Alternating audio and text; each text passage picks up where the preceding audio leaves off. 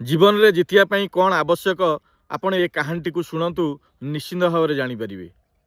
कहानी एमती राम लक्ष्मण ठिया होती रावणर शेष शज्या पाखरे आउ राम लक्ष्मण को कहले लक्ष्मण तुम्हें जाओ आउ रावण ठारू आशीर्वाद आण।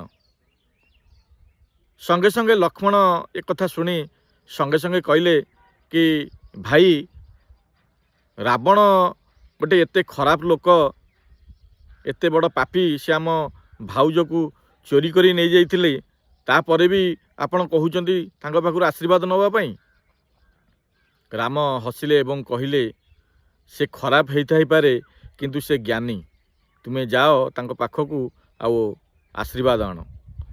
तो लक्ष्मण एक कथा शुणी रावणर पाखकू गले संगे संग रावण मुह बुलाई देले एवं लक्ष्मण फेरी आसिले भाई को कहले कि भाई रावणर अहंकार ए पर्यंत भी जाइनी।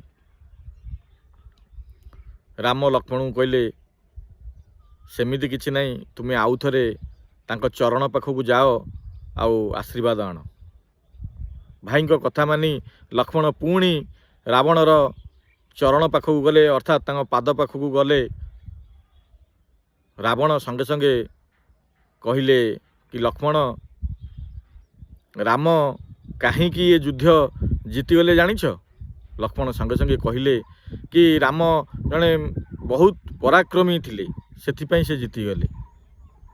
रावण कहले राम पराक्रमी थिले एटा समस्ते जानती किंतु प्रकृत कथा हला रामंग पाखरे तुमे थिल रामंग पाखरे तांको परिवार थिले मो पाखरे मो भाई माने नथिले अर्थात मो पाखरे मोर जो भाई थिले से माने विश्वस्त नथिले।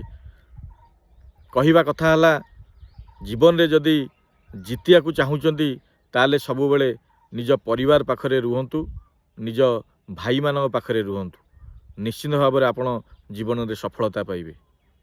कथाटी जदि भल लागिथिबो निश्चित भाव में कमेंट करिवे। रहिली जय जगन्नाथ।